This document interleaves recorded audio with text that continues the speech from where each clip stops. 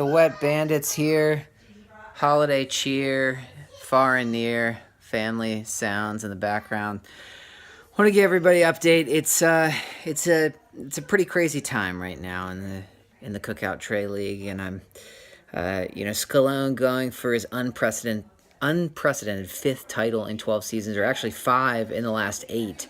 And then facing off against Kerner, who's got himself his first playoff victory since 2008, when he was actually runner-up to the Ferris Wheel Driveway Diggers, but he's going to go for his first championship since the inception of the Cookout Tray League. It really should be a classic championship game. It deserves all of your attention, even if you're eliminated like myself. I'm going to be checking in. I'm going to be following along. It's a Cinderella story here with Kerner back in full force, just like the Eagles are. But I have to give a shout-out to the other playoff teams. Lake Life, what a heartbreaker with Matt Bryant. I thought for sure he was going to have you in the driver's seat there for the championship game, but alas. Also shouting out to the other playoff squads. My Wet Bandits, of course, suffered Cookout Tray all-time 9th playoff loss, and for the 4th time in the last 6 years, I can't get out of the semifinals. So I'm kind of like the Steelers, I guess, in that regard. The Bayside Tigers made the playoffs for the first time since 2014 with a 6-7 campaign, her third of those in the last 4 years, actually. And the Fantasy Buttholes ended their season with a playoff loss for the 10th time, or for the 7th time in 10 seasons, according to my research, reinforcing their Bills' namesake. Dishonorable mention for all the latter half of the league.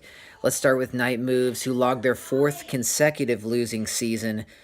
Speaking of losing seasons, although starting 4-1, Bleeding Green just bled out, I think, completely, losing 7 of their last 8 and cementing a losing campaign for all 5 of her seasons here in the league, which is just a heartbreaker there. I thought she was finally changing it up. And speaking of streaks, the Nightdale Wolfpack ended an impressive streak of 5 straight playoff appearances and winning seasons with a 6-7 campaign where he lost his last 2 games to kind of lose that streak and the grip of the playoffs. 5-8 land, we have Sick Flair and also Old Sean. So the Seans, we'll see if they get better in the offseason. Also at 5-8 was the Philly Convicts, who continued the curse of the sabbatical. So since taking a break in 2013, he's never won more than 5 games. But he did play spoiler this year. I was surprised. He won 4 of his last 5 games to end the year, to finish 5-8, and wreck some playoffs for other folks.